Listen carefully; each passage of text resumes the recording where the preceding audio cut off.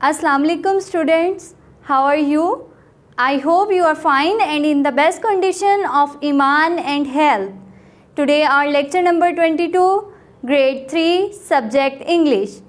Now students, we will start MCQs.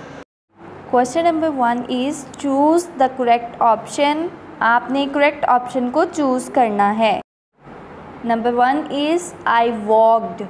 Change into negative sentence. आपने इसको negative sentence में change करना है. First option is I walks. Second option is I did not walk. Third option is did I walk. The correct option is I did not walk. Number 2 is I ate an apple. Change into interrogative sentence. इस sentence को आपने interrogative sentence में change करना है. First option is I eats an Apple. Second option is I did not eat an apple. Third option is did I eat an apple. The correct option is did I eat an apple. Number 3 is second form of walk is dash. First option walk, second option walks, third option walked. The correct option is walked. Number 4 is how many form of verbs are there? A option 3, B option 1, C option 2. The correct option is 3. Number 5 is baby drink some milk. Change into past tense. इस tense को आपने past tense में change करना है. First option is drinks, second option is drinking and third option is drank. The correct option is drank. Now students, today I will tell you about the flow sheet diagram of tenses. Students, there are 3 type of tenses: present, past, future. Present के आगे 4 types हैं: present indefinite, present continuous, present perfect, present perfect continuous. इसी तरह से ही past की भी 4 types हैं: past indefinite, past continuous, past perfect, past perfect continuous.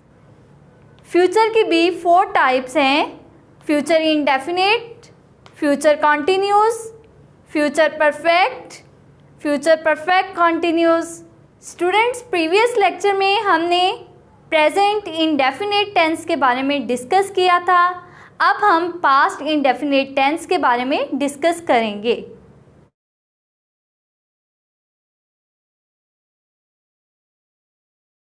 Students, today we will discuss about past indefinite tense, and the definition is the past tense tells about something that has already happened. Past tense हमें किन चीज़ों के बारे में बताता है? ऐसी चीज़ों के बारे में बताता है जो माजी में हो चुकी हैं. Now students, today we will study about kind of sentences. There are 3 kind of sentences, that is positive sentences, negative sentences and interrogative sentences. Number 1 is positive sentences. A positive sentence tell you about something that exists or something that is happening. Positive sentence हमें उन चीज़ों के बारे में बताता है जो हो रही होती हैं. Number 2 is negative sentences. Negative sentence tells you that something does not exist or not happening.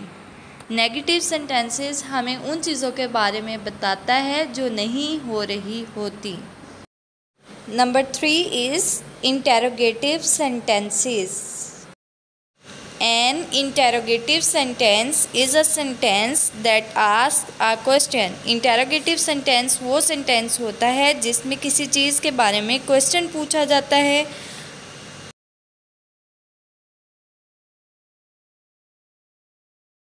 Now students, I will tell you about the formation of positive sentences. Students, अब मैं आपको positive sentence की formation के बारे में बताऊंगी. सबसे पहले सब्जेक्ट आता है। सब्जेक्ट में कौन कौन सी चीज़ें आती हैं? जो पर्सन काम कर रहा होता है वो सब्जेक्ट में आता है। सब्जेक्ट में किसी भी पर्सन का नेम आ सकता है। इसके अलावा he, she, it, I, we, you, they, जो किसी पर्सन के नाम की जगह इस्तेमाल होते हैं प्रोनाउंस, वो आते हैं सब्जेक्ट में। इसके अलावा प्लस वर्ब की सेकंड फॉर्म। वर्ब की स्टूडेंट्स कौन सी फॉर्म यूज़ होती है? Second form of verb. Plus object. Object में कौन आता है? जिस चीज़ पे काम किया जा रहा है वो ऑब्जेक्ट में आता है। तो फार्मूला टोटल क्या हुआ? सब्जेक्ट प्लस वर्ब की second form plus object.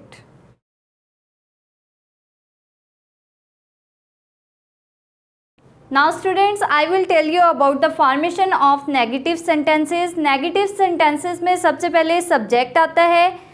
Subject में हमारे पास कौन कौन सी चीज़ें आती हैं? किसी पर्सन का नेम आता है या पर्सन की जगह जो भी प्रोनाउंस यूज़ होते हैं वो सब्जेक्ट में आते हैं, जैसे he, she, it, I, we, you, they, ये तमाम सब्जेक्ट में आते हैं। प्लस डिड प्लस नॉट का एडिशन होता है, प्लस वर्ब की first form plus object. Object क्या होता है? जिस पे काम किया जा रहा हो वो ऑब्जेक्ट होता है। और टोटल फार्मूला हमारे पास क्या बना? Subject plus did not plus verb की first form plus object.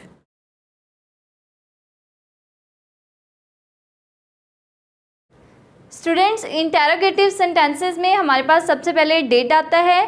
Did के बाद हम सब्जेक्ट यूज़ करते हैं। सब्जेक्ट क्या होता है?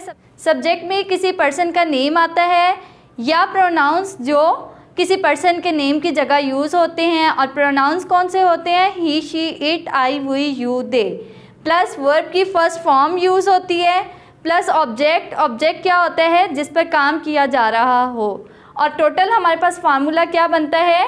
Did plus subject plus verb की first form plus object.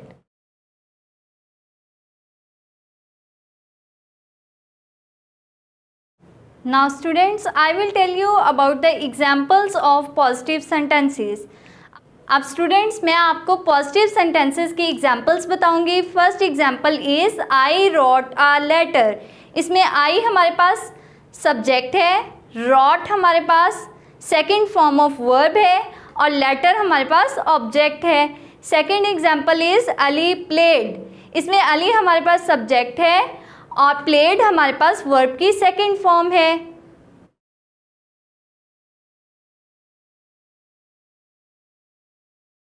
Now students, I will tell you the examples of negative sentences. Students, अब मैं आपको नेगेटिव सेंटेंसेस की एग्जाम्पल्स बताऊंगी।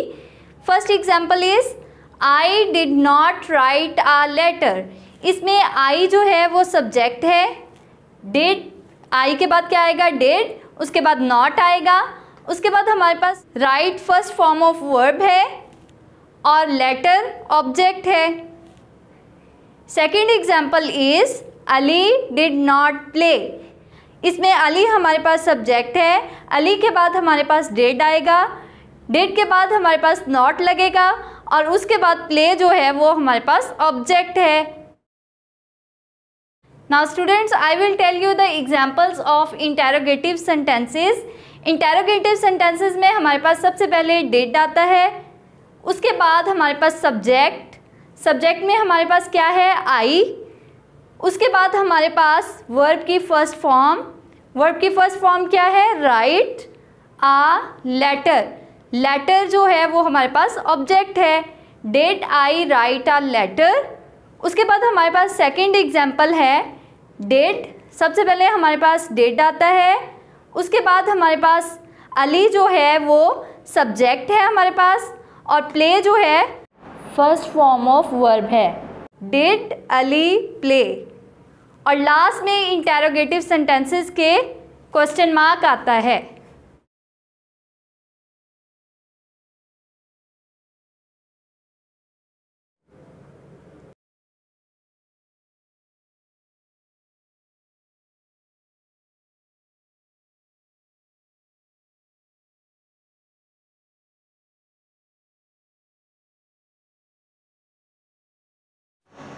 स्टूडेंट्स, उम्मीद है कि आपने आज के लेक्चर को अच्छे तरीके से अंडरस्टैंड किया होगा। आज हमने फ्लोशीट डायग्राम ऑफ टेंसेस को डिस्कस किया।